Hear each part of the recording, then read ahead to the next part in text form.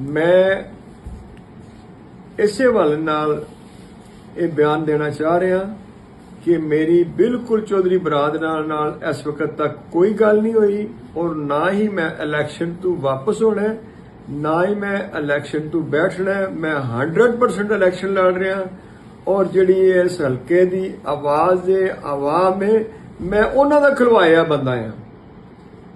उन्होंने मेरे को कमिटमेंट ली है कि तू नहीं बहना, तो मैं उन्होंने बिल्कुल कमिटमेंट दी है। मेरी मौत हो सकती है, मैं मर सकना, लेकिन मैं इलैक्शन भी ड्रा नहीं कर सकता।